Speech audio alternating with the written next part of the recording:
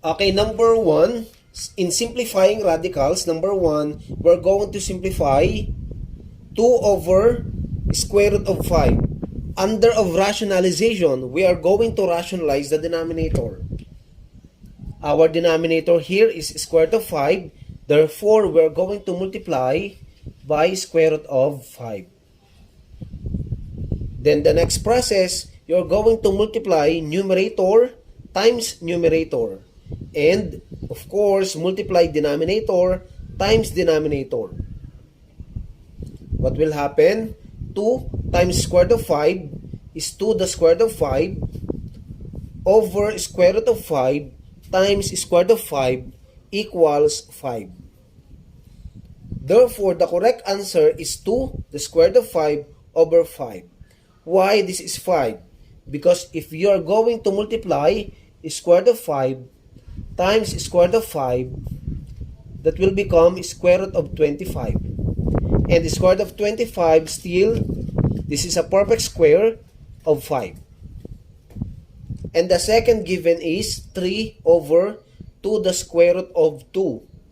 Under of rationalization, we're going to rationalize the denominator also. We're going to rationalize by multiplying it by square root of 2. Similarly, you're going to multiply numerator times numerator. And denominator times denominator. What will happen? 3 times square root of 2 is 3 the square root of 2. And 2 times 1, because 2 is our numerical value, 2 square root of 2 times square root of 2 is 2. And the simplified form of this given is 3 the square root of 2 over 2 times 2 is 4. Therefore, the final answer is 3 the square root of 2 over 4. How about given number 3? 5 over 2 the square root of 5. We're going to rationalize the denominator, multiply it by square root of 5. You're going to write this one, square root of 5 over square root of 5. Then, the same process, you're going to multiply numerator times numerator, denominator times denominator. 5 times square root of 5 is 5 the square root of 5 over 2 times 1 is 2. Square root of 5 times square root of 5 is 5. You're going to divide both sides by 5 divided by 5. That is equivalent to 1. Therefore, the result will become square root of 5. The remaining answer is square root of 5 over 2. How about given number 4? 3 over square root of 3. Again, rationalize the denominator by multiplying it by square root of 3. Okay, next. Numerator times numerator, denominator times denominator. What will happen? 3 times square root of 3 is 3 the square root of 3 over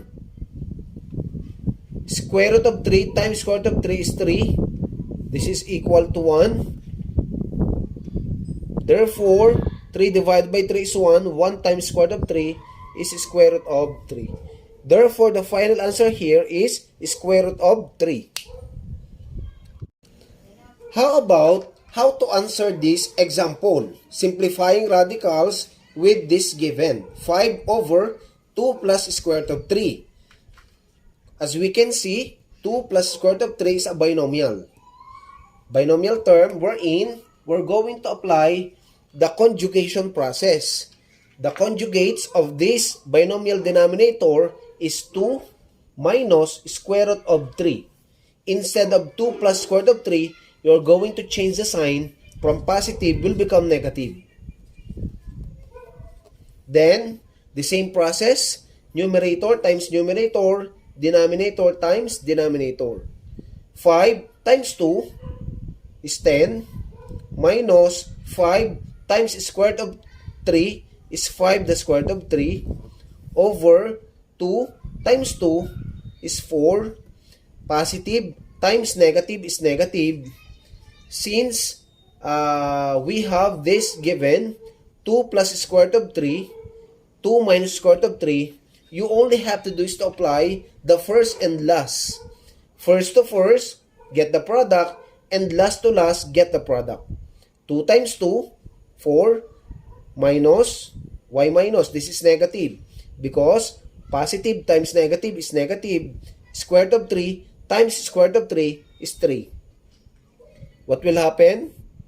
10 minus 5, the square root of 3, over 4 minus 1, 4 minus 3 is 1. Therefore, the final answer is 10 minus 5, the square root of 3. How about the second given? Number 2 given, 6 divided by 5 minus square root of 3.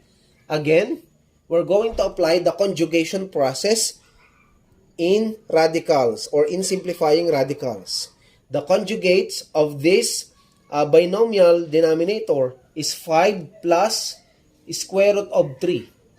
5 plus square root of 3, then multiply it, the same process, numerator times numerator, denominator times denominator. 6 times 5 is 30, copy, design, positive. 6 times square root of 3 is 6 the square root of 3 over first to first and last to last. 5 times 5 is 25 minus negative times positive is negative. Square root of 3 times square root of 3 is 3. And 30 plus 6 the square root of 3. 25 minus 3 is 22. Since if you are going to reduce it to lowest term, the GCF is 2. We're going to reduce it divided by 2. 15 plus 3 the square root of 3 over 22 divided by 2 is 11.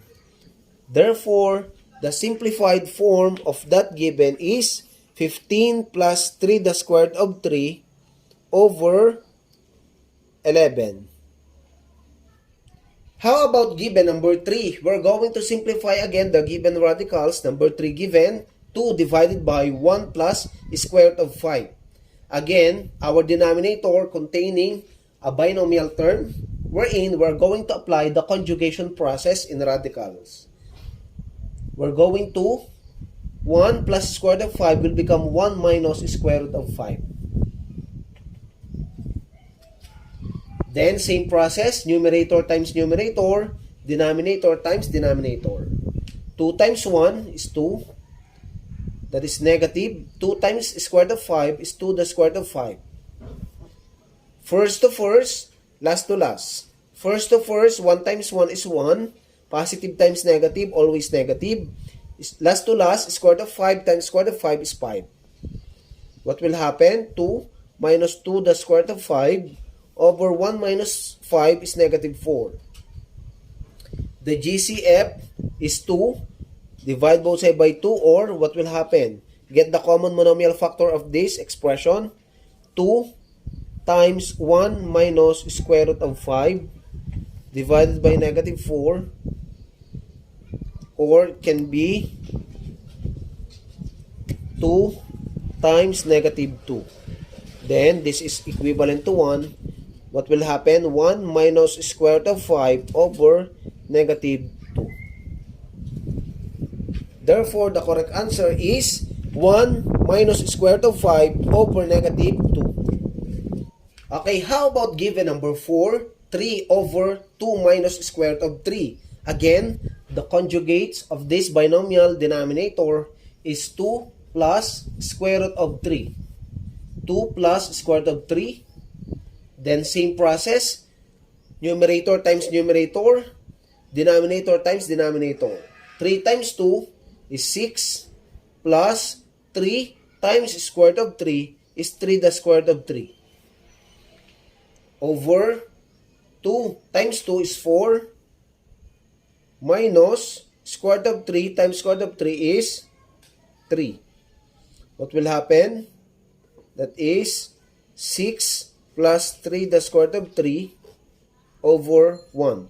Because 4 minus 3 is 1. Therefore, the final answer is 6 plus 3 the square root of 3. Or if you're going to get the common monomial factor of this one, divisible by 3, 3 times 2 plus square root of 3.